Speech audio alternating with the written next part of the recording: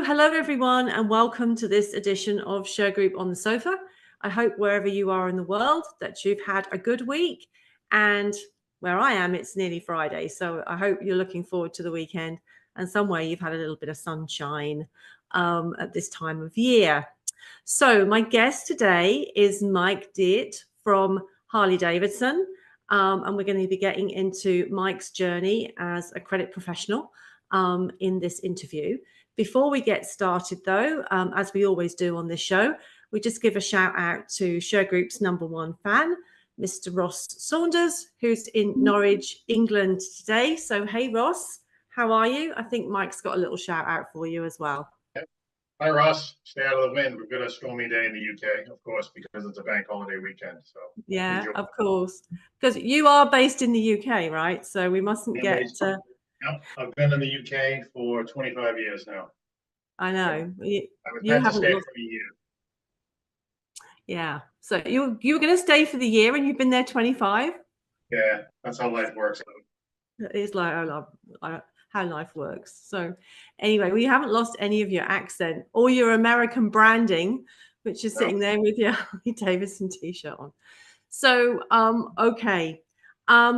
Well, it's really great to welcome you. We've met because we've got mutual colleagues through the World Credit Congress, and our good friend Bill Dunlop and the crowd at the Association of International Credit Directors and Professionals, of which you are a leading voice. So, Mike, thanks for taking time out of your day to talk to us. So, as I do this interview with you wonderful credit people, I say that because I almost know the answer to this question. You're going to say, I'm going to ask you, how did you get into credit management? Tell me. And I'm sure you know the answer because it's the same answer that everyone else gives. Like everyone else in credit, I fell into it by accident. It's never a career choice. You don't ask your 15-year-old nephew, what do you want to be when you grow up? And they say, I want to be a credit manager. It just doesn't happen. So when I was in university in the States, because university in the States is expensive, even back when I went, I had to work as well as go to school. And I had a friend who was working for a bank that doesn't exist anymore. It was called Bay Bank. It's now part of Bank of America. And he was working in the credit core, it was called, basically collections for mortgages, car loans, overdrafts, etc., credit cards. And it paid well. The hours were good. I could work after I did my duties at school. So I started there. This is going 1992, maybe. So it's been a while. And then I did that for a number of years. Then I got made redundant or laid off for my American audience. I got bought out by Bank of Boston at the time. And then I went and I ran a car rental company for a couple of years that owned by one of my good friends. I ran his car rental company for him. When I moved to the UK, the only thing that I had on my resume / CV is the bank. That was the only job that was worth anything because I worked in high school, I worked when I was in uni, but I did a lot of silly teenage jobs that you do. So the only role that had any credence that could get me employed in the UK was credit. So I saw an advert for VF Corporation. At the time, they owned Lee, Wrangler, and Jansport, which I knew the brands because obviously they're American brands, looking for a credit controller. So I went and I interviewed, and the guy liked me for some reason and employed me. And I really didn't know anything at the time. I was 27, 28. Right. And he took me under his wing, and I was there until he left. He taught me pretty much everything I know about credit management.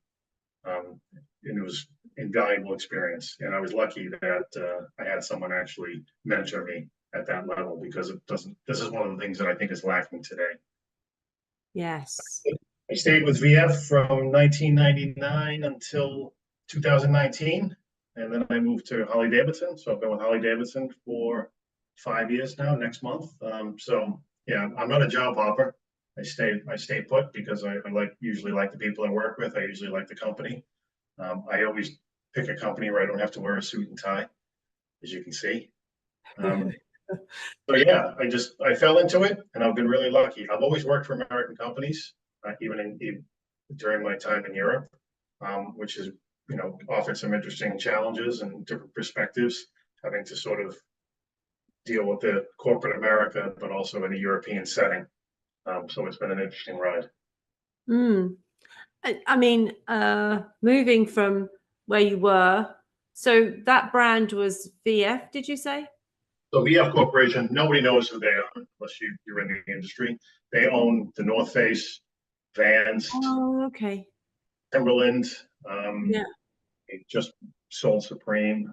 They own some smaller brands as well. They sold off the jeanswear brands. They own Kipling, which is the handbags with the monkeys on them, very Oh, popular. yeah. I've got a couple of those. Yeah, very Yeah. popular. So yeah, it's all apparel, outdoor, Apparel. sportswear. Yeah. So you moved from apparel to, Motor- motorbikes, and not just any motorbike. I've got a couple of cousins in Liverpool that are big motorbike fans. So if they're watching this, they'll be in awe of your T-shirt. I'm not sure if they'll be in awe of your job, but they'll definitely be in Yeah. awe of your T-shirt. Well, Um, you gotta represent. oh yeah, you got the merch. And it's interesting what you say about having a cool vibe, a relaxed vibe to work in, because when I think back to my early days in business, seeing somebody at your level sitting with a mug and I'm totally with you on this, in a T-shirt would be unheard of, right? We've come a long way, and I totally, that relaxed vibe. I totally support that. I just want you to know that. I've been in meetings with the CEO of the company, Jochen Zeitz, and he comes in a T-shirt, a Harley Davidson T-shirt, obviously. There But you go. Yeah. and when I worked at the bank, I wore a suit and a tie. Did it help me do Yeah. my job better? Not at all. No, I agree with you. It made me uncomfortable, and I had to do a lot of ironing. Yeah, I don't miss that. I don't miss that at all. So, I mean, that's kind of where you've been. I mean, you're obviously, when you get into a role and you enjoy it, then you're going to stay put. So, is it just the two major roles you've had really in your career? Yeah, I mean, I was lucky when I joined VF, they were in an acquisition period. So again, when I joined, they had Lee, Wrangler, and JanSport. Big brands, but not by far not the biggest in their portfolio in the Yeah. future. Soon after I joined, we bought Eastpak, the backpack brand, which I think everyone my age had an Eastpak bag when they were in college or in high school. Right. And then they just kept expanding. They kept buying new brands. They bought the North Face in 2002. So I got to be part of the business as usual, but I also got to be part of these integrations, quite complex integrations, looking at the Europeans. And again, being American who just moved to the UK, I didn't know anything about Europe, how it worked, the different statutes. Credit management is credit management. There's a whole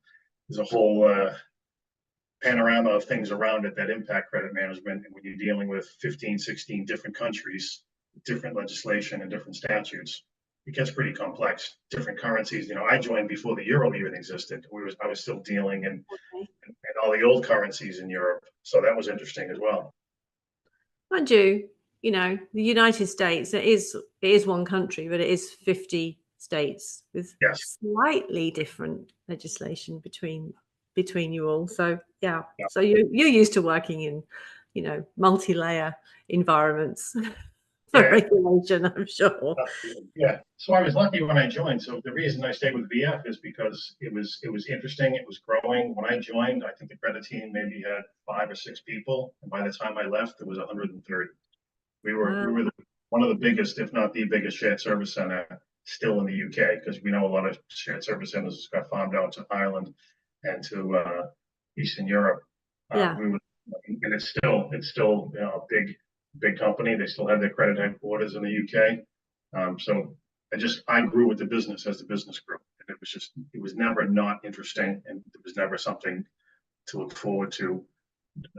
I traveled a lot. People ask me why did you stay in the UK for 25 years? And I said, well, I was barely here, to be honest. I was, they would say in Berlin, oh, we need you to be in Rome next week, or next week you need to be in Prague, and then you need to be in Milan. So, what's not to love? I got to see all of Europe on the Yeah. company. Yeah, that's fantastic. I mean, as an American, we kind of swap places. Like I'm living here in the States and you're in the UK. You seem very happy in the UK and happy in the US. So there you go. But there's a lot of similarity between the two. But as an American working in this international market, what do you see as the biggest challenges for you? Is it the diversity of regulation, or is it something you can just kind of I mean, build up? that's a big answer, a big question. We could do a whole hour on that. There's so many things. Again, coming from the U.S., I hadn't left the U.S., so I didn't experience any other cultures apart from what I knew. In the U.S., it's all second, third generation immigrants, so the culture is still there, but it's not. It's not the deep rooted culture that you have within Europe. So on the personal side, it was just the cultural differences. I mean, even when I first moved to England, people were talking to me in English, but the vernacular they were using was so strange. I didn't actually understand what they were saying. Really? Perfect example, and you'll have experienced this. In America, as a greeting, you say, "What's up?" Yeah. In England, you'll say, "You're right." Now, in Yeah. America, if you ask if someone's all right, they think something's wrong.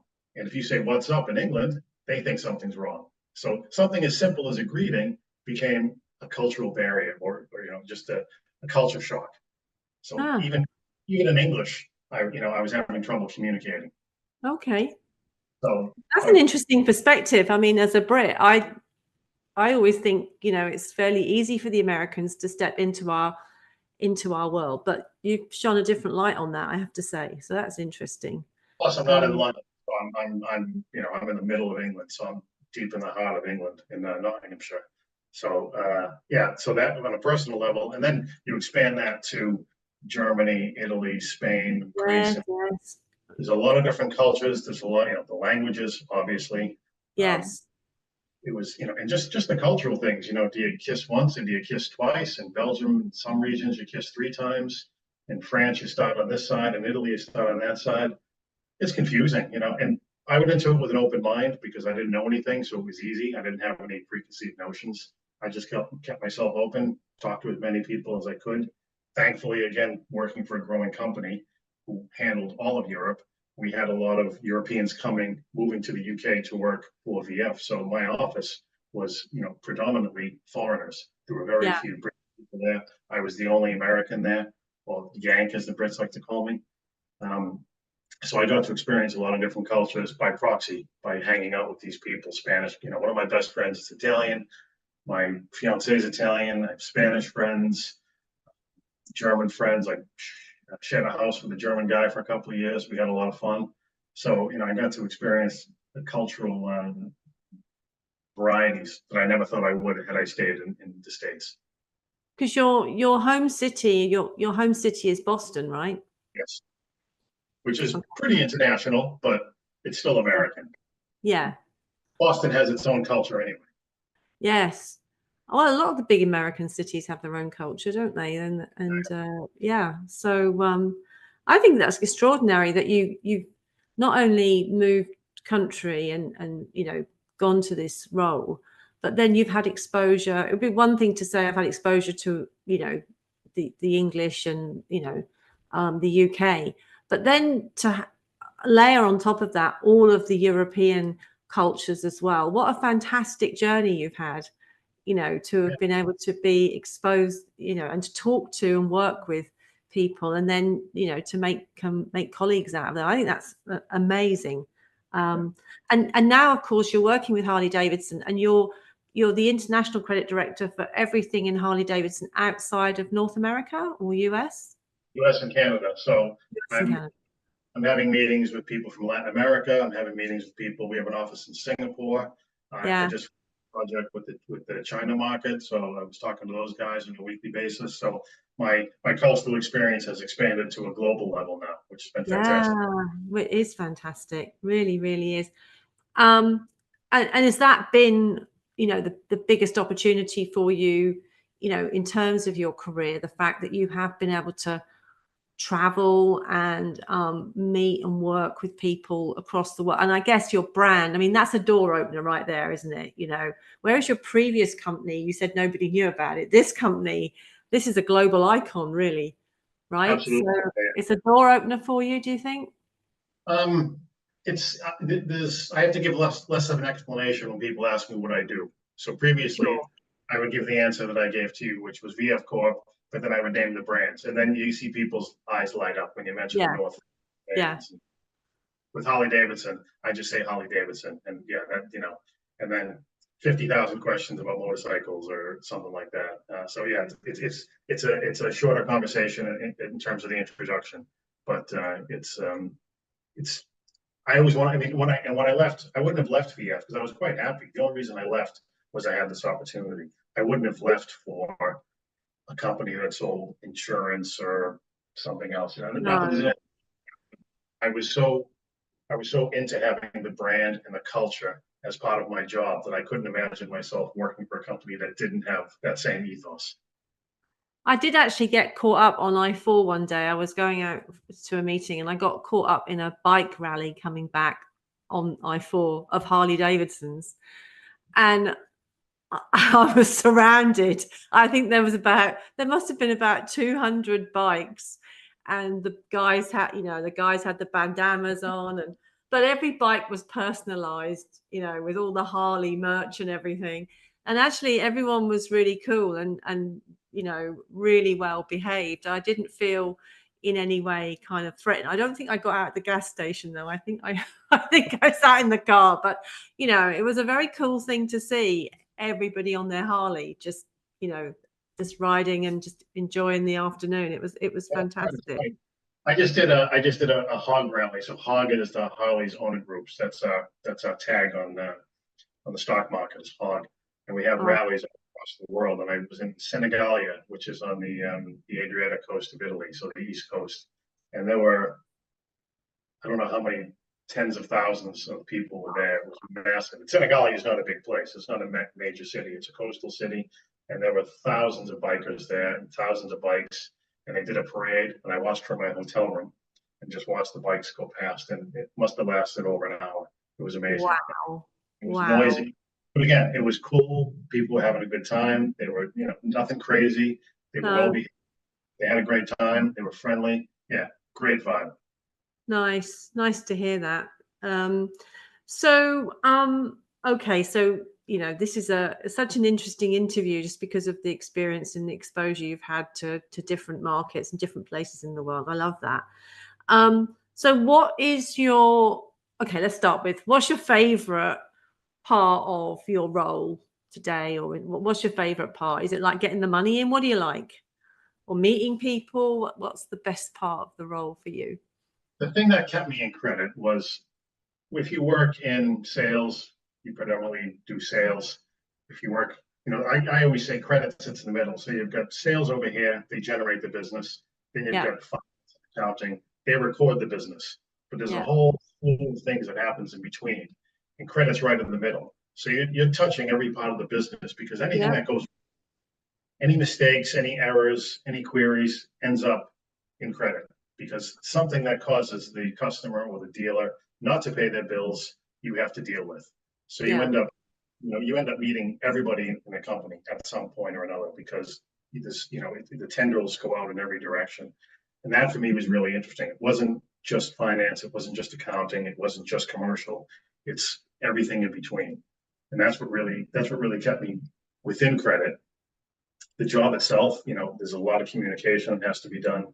Not just with customers at the beginning, but at my level now, I'm dealing with the vice presidents of the different regions, dealing with the sales guys, the regional directors, CFO, finance yeah, directors. I'm talking to everybody, and I have to know a little bit about everything. I can't be an expert in everything, but you have to kind of at least understand a little part of the whole business, which is, it's a big complex animal. Anyone who works in business, and yeah, you have to have an understanding. So, sometimes like at the end of the day, my brain hurts. You'd be jumping from one meeting talking about one topic to a completely different meeting about another topic, and you have to be able to interject intelligently and speak with some authority about something maybe you're not an expert in. So it definitely keeps you sharp. definitely keeps you on your toes. And I like that. I don't have an assembly line kind of mentality. Every day is different. Every day something gets thrown at you and you think, how the hell am I going to deal with this? And then you figure out a way. Usually me and 5 other heads. Yeah. But yeah, it's always interesting, no matter Yeah. which company. Yeah, no, that's brilliant. And yeah, I mean, I think a lot of credit professionals at your level are the same. I mean, they really are really the glue that keeps things, going between all these different departments with their different functions. Credit is right in the center. But what's your least favorite part of this crazy world you live in? It's something you get a lot of the same stuff all the time. When someone hasn't hit their numbers at the end, coming close to the end of the month, they want to do some crazy stuff, and it's a bad idea, but you have to do it within the context of the risk appetite of the business, how important it is to hit these numbers. You have to look at the bigger picture. But sometimes some of the requests you get, and it's usually the same people, usually around the same time of the month or the same time of the quarter or the same time of the year, and Yeah. you just know you're going to get pinged on your laptop, and they're going to have some crazy request, and you're going to have to, say no, which is, I don't like to say no, or say yes, but then try to be creative on how you manage that request, but also, protecting the debtor asset of the company. But that's also where it gets interesting. So I can't say I don't like it. It just sometimes it's just the same ridiculous stuff time and time again. And everyone who works in credit has experienced that. That's just part and parcel of the job. I mean, what is the average price of a Harley Davidson bike? I suppose there's varying degrees of that. I'd say probably our entry level bike, and again, the portfolio in international is a little bit different from the U.S. The pricing is a bit different as well.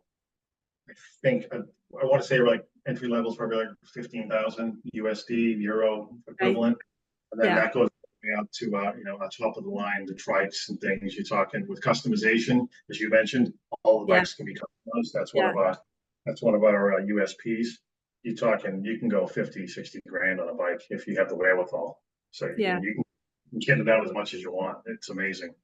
And do you find that countries like, I'm just going to pick a couple, something like China and India, are they big on your brand? Do they buy, dealerships buying Harley Davidsons, in bulk to feed their consumers?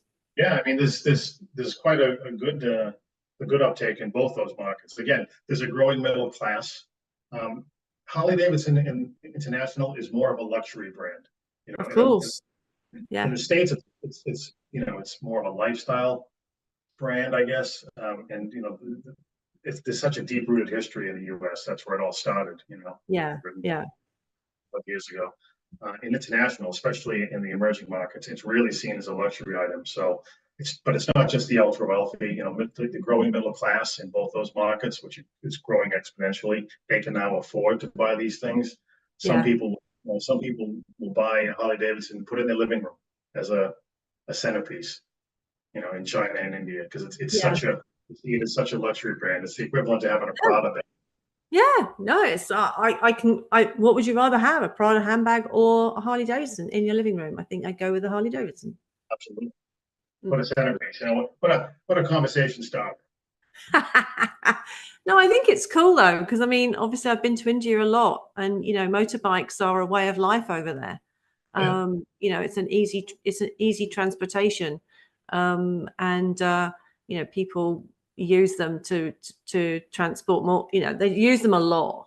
They're as popular as cars. So you see a lot of bikes on the road. Interesting how it's become this iconic American brand that is now pushing out worldwide. Of course, a lot of brands have done that with jeans and apparel and handbags, but not necessarily thought about motorbikes. That's interesting. So, okay. So you've now been in credit management for probably more than 25 years. And, what have you seen as the biggest changes in the credit management kind of profession?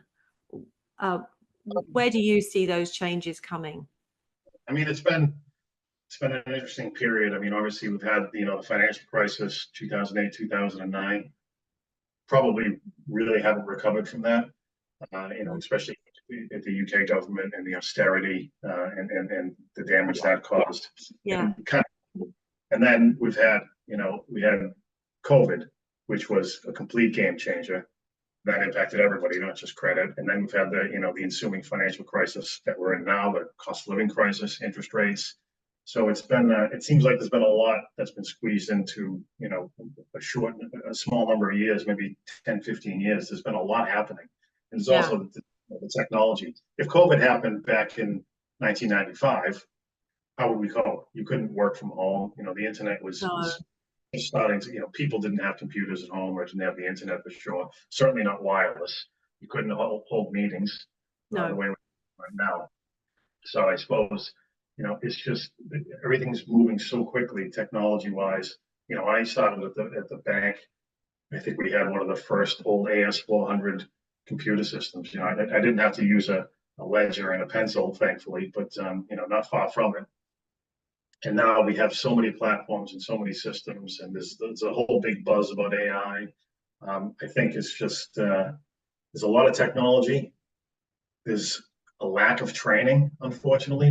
Like I said earlier, I was lucky that I was in a relatively small department when I started, and I was able to sort of sit with the credit manager and learn on the job day by day. That obviously doesn't really present itself much anymore. Everybody's so busy. There's not a lot of time for mentoring. Budgets are tight. So, and one of the things that always gets cut is the training budget. So we say, I want to send people on this or that course. No, I don't have the budget for that. Budgets aren't generally held by the individual departments, and especially training budgets. They're normally held centrally. And I understand, we have to control OpEx. But it's the opportunity to learn, either whether it be, in a classroom environment or an online environment or day to day, is limited. It's more you learn on the job, but there's not as much mentoring, there's not as much guidance.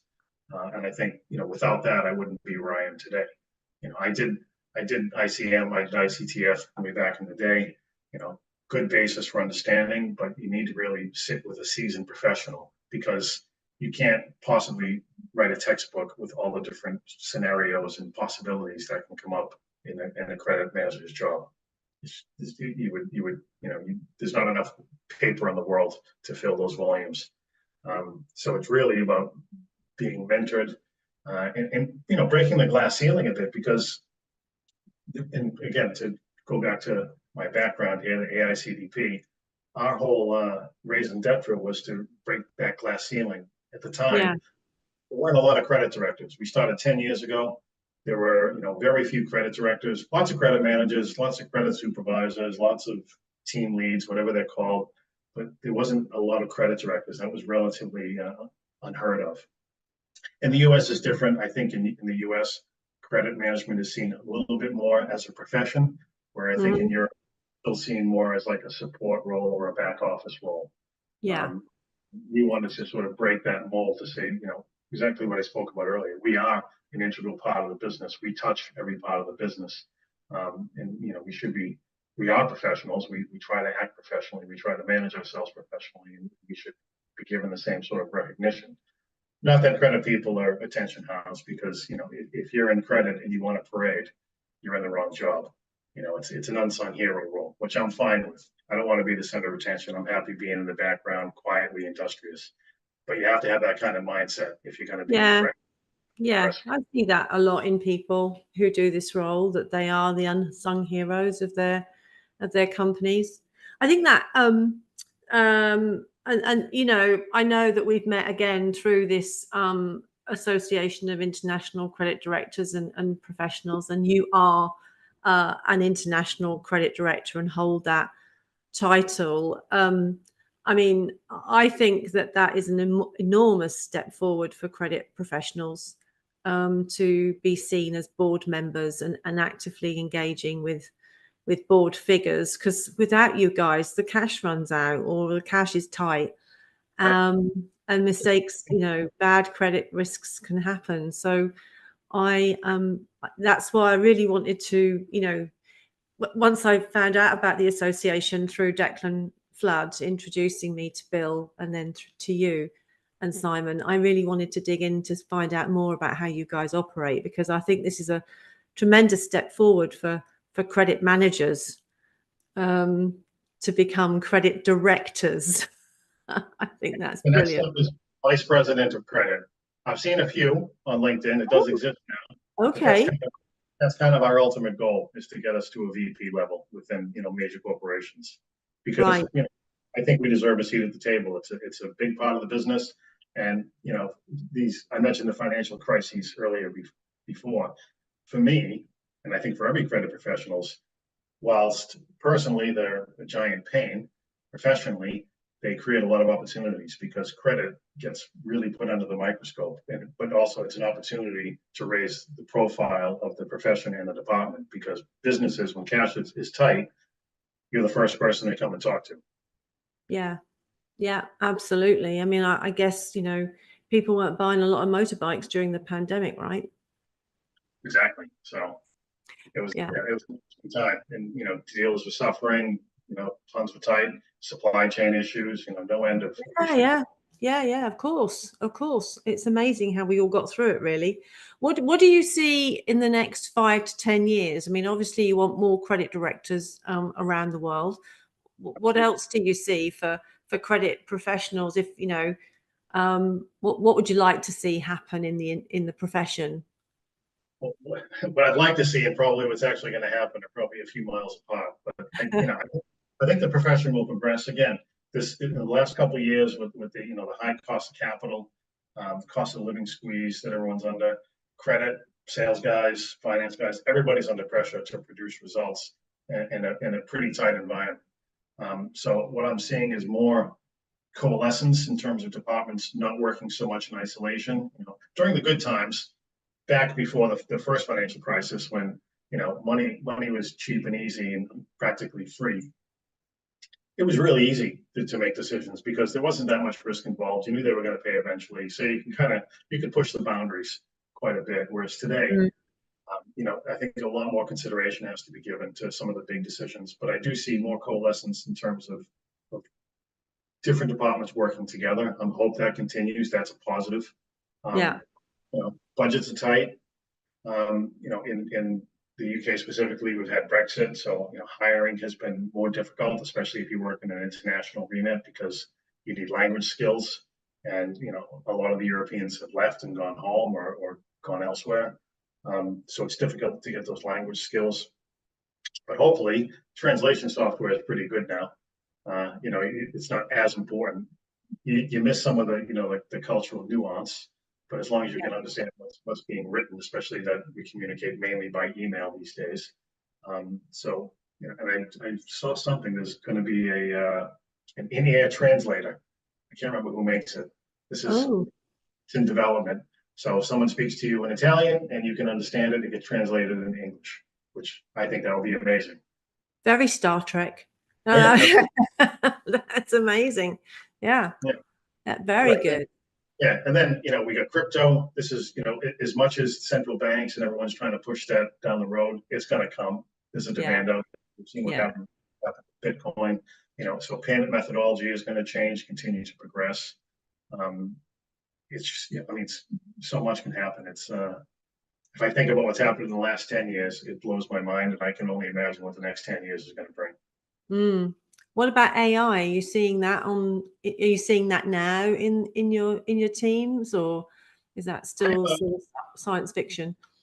Yeah, it's a bit of science fiction. There's a lot of buzz around AI, but I've been hearing the buzz for a number of years now, and I kept saying we're not there yet, and we're still not there yet. In fact, I was reading an article in the FT the other week about how AI is despite all the buzz, we're still miles away from where we think it can be. I'm not saying it won't get there. Technology always progresses, but it's definitely not moving as quickly as I think people thought it was. And even we look at the results from the stock market. We had that little wobble last week in the stock market. Part of that was the AI, the big tech companies kind of not delivering on what they had promised. So they're working on it. It will get there.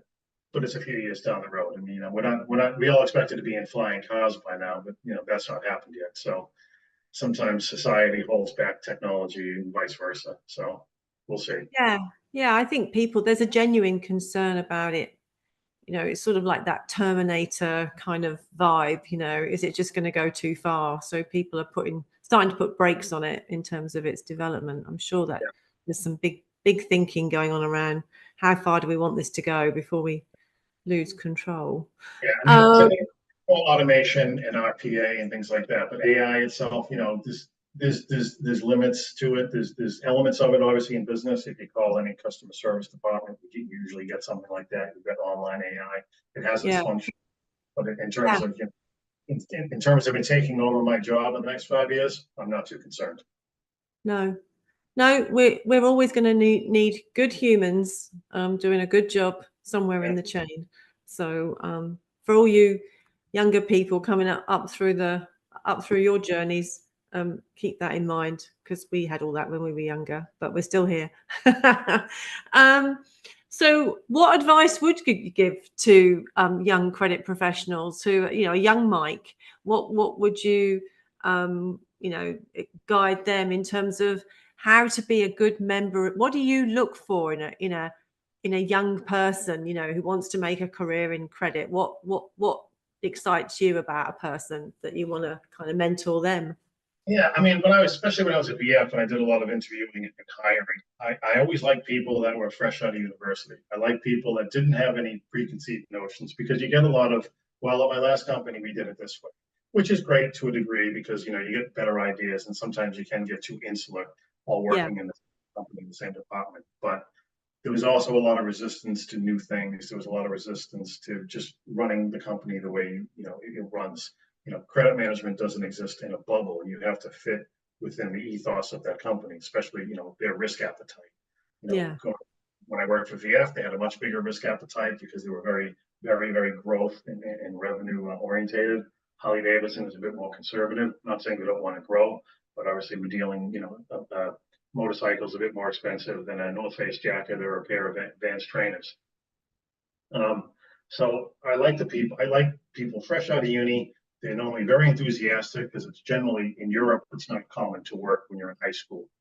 So this is for a lot of people, it's the first job, not even real job, but actual employment. They're very enthusiastic, very hungry, very smart. The kids come out of uni now, they know a lot more than I ever did. When I left, I didn't know anything. I just, wrote my papers and got my grades, and okay, thanks. Yeah. And then I work.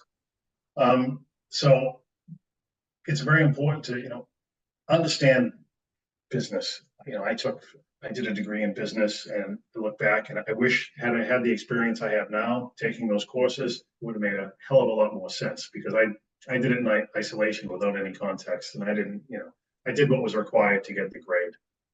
Beyond that, I didn't have any understanding of what was actually going on. And, the theory versus the practice, as you well know, is 100,000 miles apart. Ain't that the truth? By all means, get the education, get the basics. But, when you get your first role, just learn as much as you can, and don't just learn from credit people. Obviously, that's going to be your main focus, but, talk to everybody. Get an understanding of other people's perspective, especially the sales guys, because you'll be dealing with them a lot. And they're under and the old adage about the credit being the sales prevention department, you still hear that from time to time, but that's dinosaur stuff. That's not how it works anymore. So you get to know the people, get an understanding of where their pressure points are. How can you help? How can you assist? Still within the risk appetite of the business, but just talk to a lot of people. Do the courses, whether it's ICM, ICTF, anybody, NACM for the US guys, get a basic understanding. It will if it doesn't make sense today, it will later. And just get involved in projects. It's not enough just to have a job anymore. You always have to have a project going on as well. You don't just do your job. You have your day job, and then there's always some project is thrown in. Get involved. Do as much as you can. It's not about working more hours or working harder. It's about getting involved, getting exposure to all the different elements in the business that you can. And that'll just expand your mind. And then when you're talking to someone else about something else, that will start to make sense, and you'll feel more confident.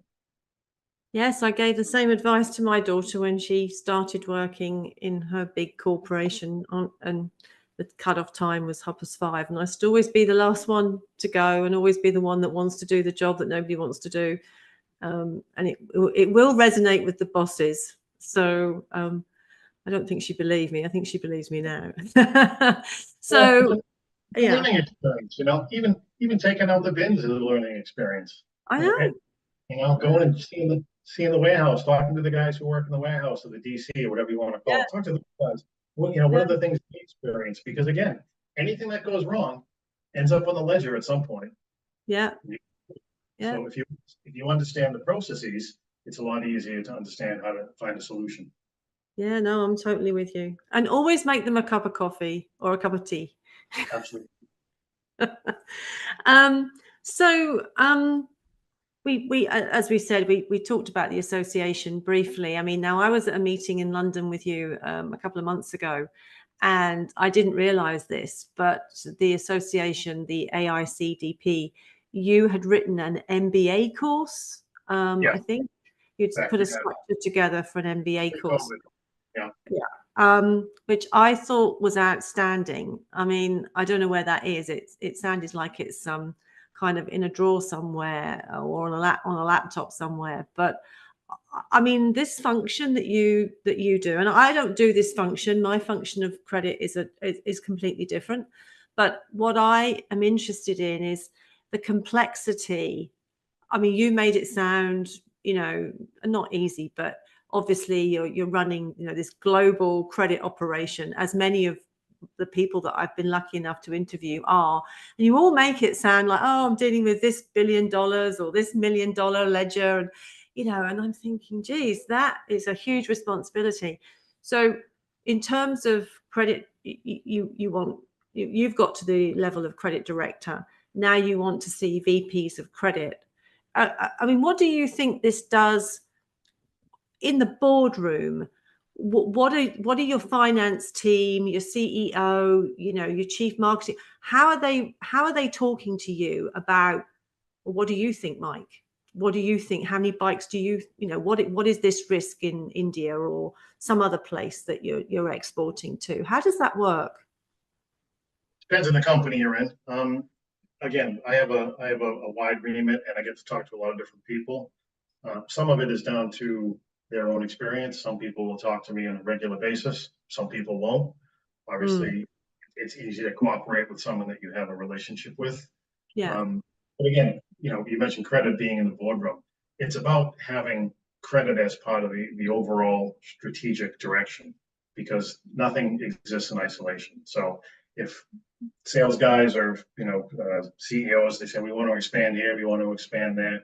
Within that big idea, there's 100,000 different complexities that you need to work out in terms of legislation, in terms of statutes, collection techniques, language, currency, tax.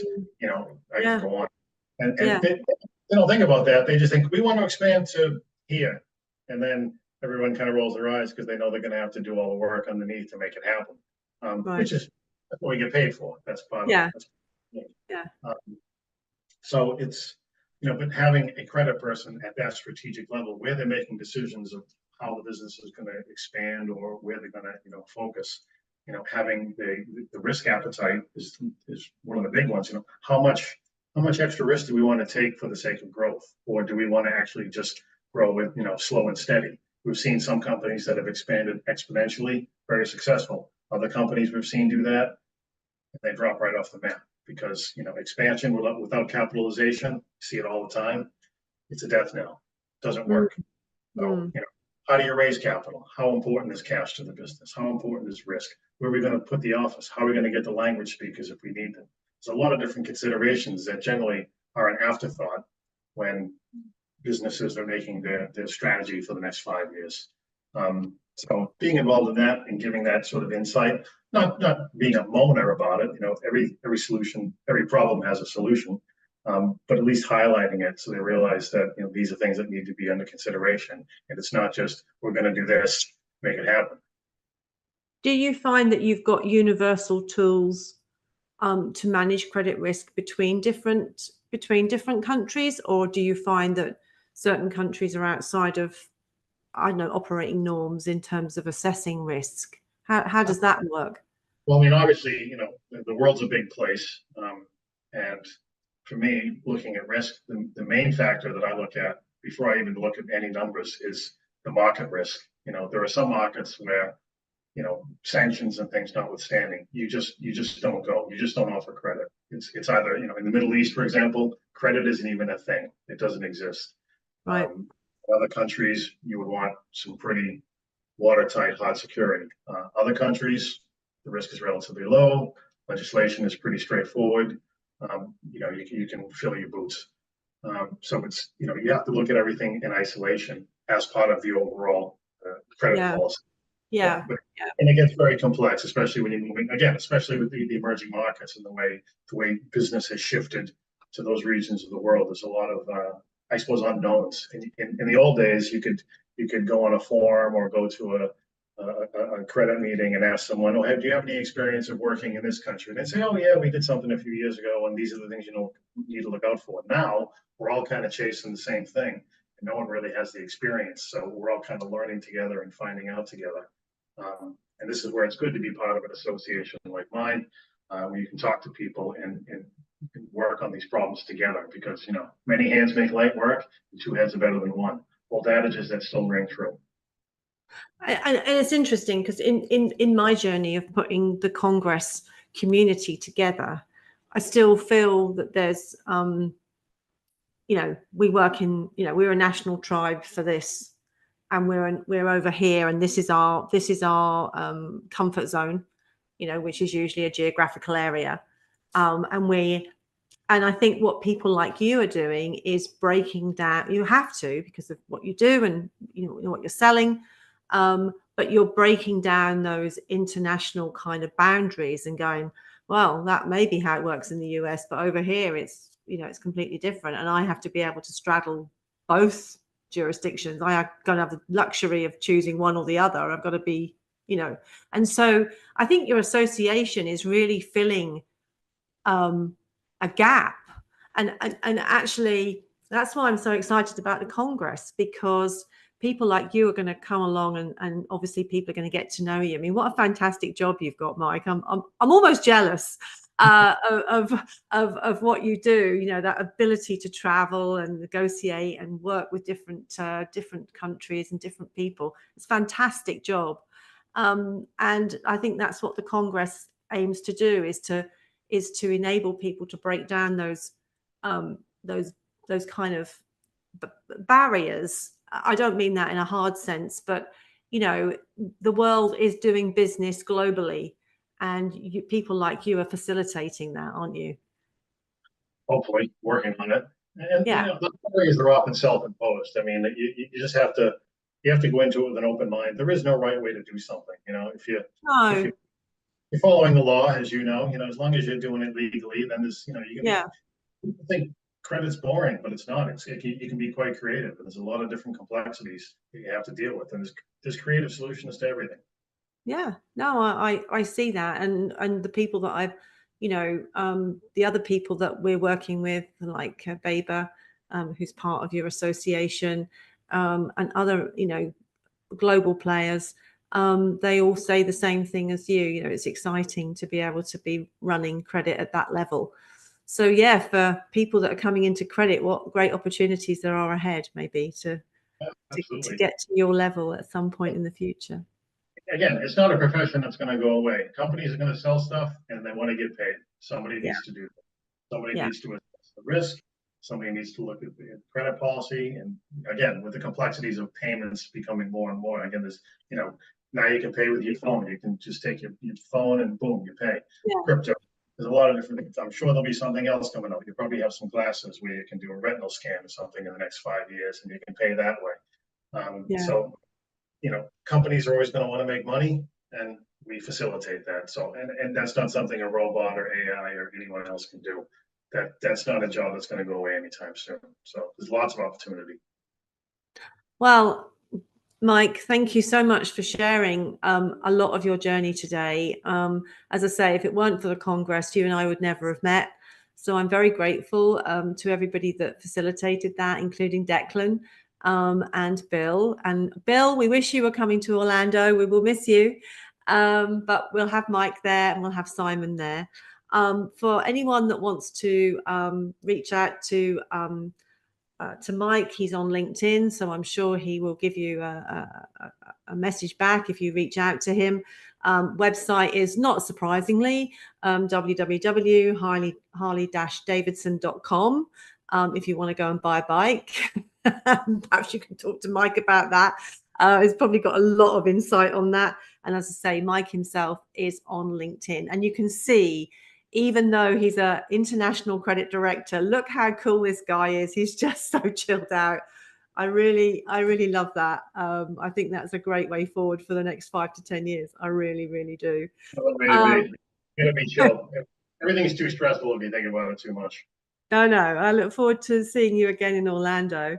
For everyone else, thank you very much for staying with us on this episode of Shergroup on the Sofa. You can catch Shergroup on most channels, on LinkedIn, on shergroup.com. Obviously, we are also hosting the World Credit Congress for the founding members, Luis Perez, Eugene Gibert, Declan Flood, and Joseph Busatil, who are the founding people, and ACA International are our diamond sponsors. So thank you so much to all of you for your support, all our wonderful speakers, of which Mike is now part of our community. Guys, we look forward to seeing you in Orlando 2024. And Mike, thank you so much for your time today. We really appreciate it. Thank you. Bye for now, everyone. See you in Florida. See you in Florida.